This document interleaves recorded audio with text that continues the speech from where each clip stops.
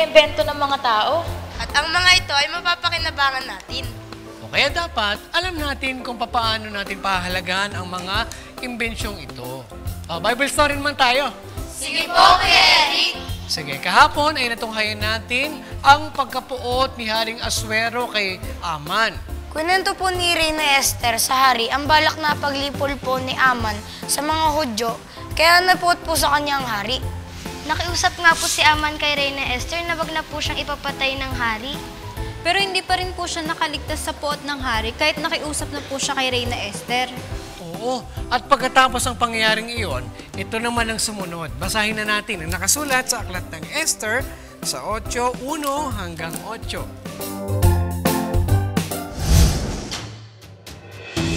Nang araw na yaon, ay ibinigay ng Haring Asuero ang bahay ni Aman na kaaway ng mga Hudyo kay Esther na reyna. At si Mardoqueo ay naparoon sa harap ng hari, sapagkat isinaysay ni Esther kung ano niya siya. At hinubad ng hari ang kanyang singsing na hinubad niya kay Aman. At ibinigay kay Mardoqueo. At inilagay ni Esther si Mardoqueo sa bahay ni Aman. At si Esther ay nagsalita pa uli sa harap ng hari at nagpatira pa sa kanyang mga paa. At ipinamanihik sa kanya na may luha, napawiin ang kasamaan ni Aman na Agageo at ang kanyang banta na kanyang ibinanta sa mga Hudyo. Nang magkagayoy, inilawit ng hari kay Esther ang gintong setro.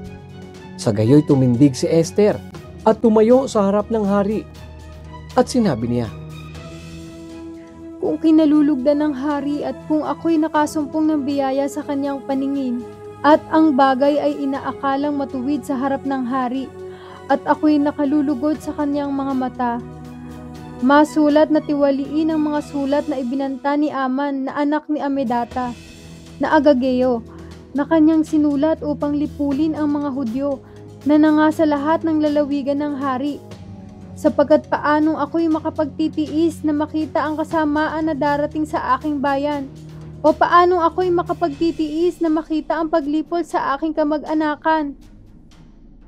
Nang magagayoy, sinabi ng Haring Asuero kay Esther na reyna at kay Mardoqueo na Hudyo, "Narito, ibinigay ko kay Esther ang bahay ni Aman, at siya ang kanilang binitay sa bibitayan, sapagkat siya'y nagbuhat ng kanyang kamay sa mga Hudyo.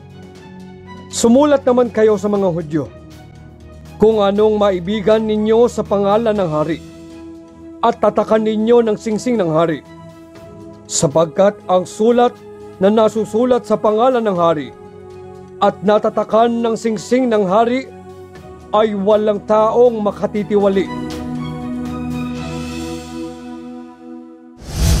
Napunta po pala kay Reyna Esther ang bahay ni Aman at napasakamay naman po ni Mardoqueo ang singsing na hinubad ng hari kay Aman. At nalagay po si Mardoqueo sa bahay ni Aman dahil kay Reyna Esther. At ang kahilingan po ni Reyna Esther ay kinalagdan po ng hari. Ano naman po ba ang sumunod na nangyari sa mga Hudyo na nasa kaharian ni Haring Asuero pagkatapos ng mga bagay na iyon? Yan naman ang ating aalamin bukas kung laloobin ng Panginoon. Kaya huwag kayong liliban sa panonood ng Bible story. Ang mga inventions noon at ngayon ay pagpapakita lang kung gaano katalino at kahusay yung mga tao. At hindi pa nagtatapos dyan dahil sa paglipas ng panahon ay patuloy pa rin ang paglago ng technology. At yan naman ang mga bagay na nahulaan na noon pa man sa panahon ni Propeta Daniel. Basahin nga natin ang nakasulat sa Aklat ng Daniel sa 12:4. "Ngunit ikaw, O Daniel, isara mo ang mga salita at tatakan mo ang aklat hanggang sa panahon ng kawakasan. Marami ang tatakbo ng paraot parito at ang kaalaman ay lalago." Mahalaga ang science and technology sa atin. Pero paano nga ba ito nakakapekto sa atin? Yan ang alamin natin bukas kung loloobin ng Diyos.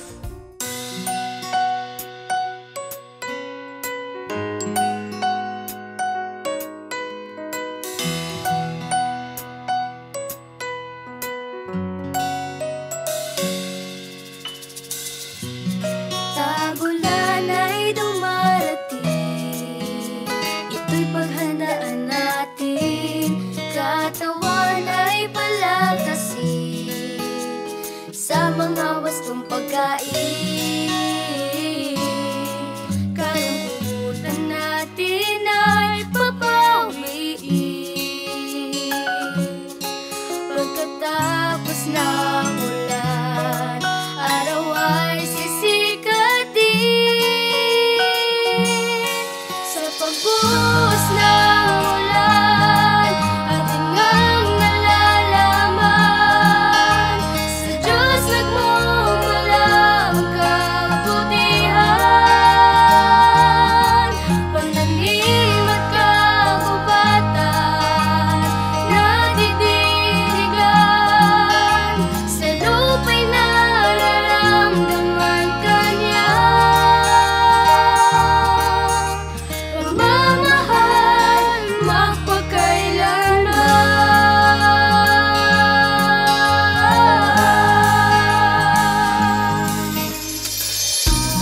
Halina't sumukob na, magkasama tayo sa tuwina.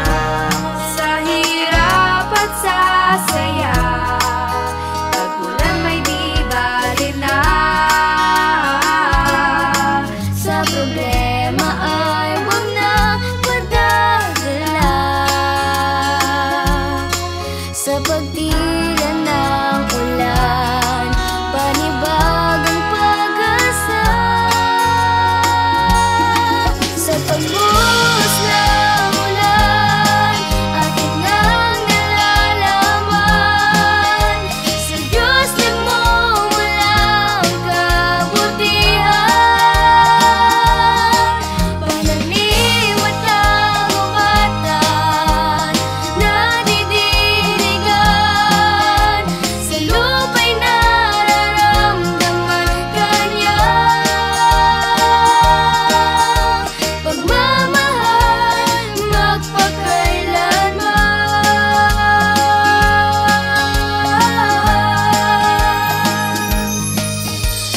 Atin ngang isipin, ulang dumarating,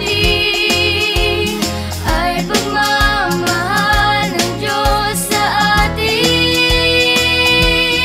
Sa pagbuhos ng ulan, atin ngang nalalaman, sa Diyos nagmumula ang kabutihan. Pananim at kagubatan, nadidiligan, sa lupa'y nararamdaman Kanya. Sa pagbuhos ng ulan, atin ngang nalalaman, sa Diyos nagmumula ang kabutihan. Pananim at kagubatan, nadidiligan, sa lupa'y nararamdaman Kanya. Pagmamahal magpakailanman. Sa ulan, atin ngang nalalaman, sa Diyos nagmumula ang kabutihan. Pananim at kagubatan, nadidiligan, sa lupa'y nararamdaman Kanya. Pagmamahal magpakailanman. Hanggang dito mga bata, bukas God willing ay muli tayong magkita-kita. Dito lang sa nag-iisang Bible School on Air, ang KNC Show! KNC Show! Noticias while we grow. Sa tulong ng ating Diyos Ama, isipan ay magliliwanag. The KNC Show! Noticias while we grow. Sa tulong ng ating Diyos Ama, isipan na.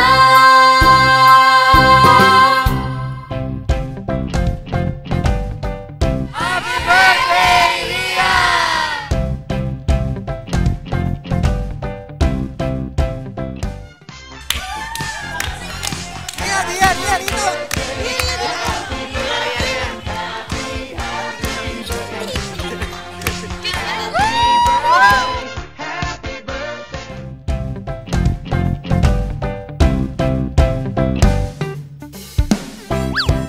Buti na lang na-invento ang telepono, no?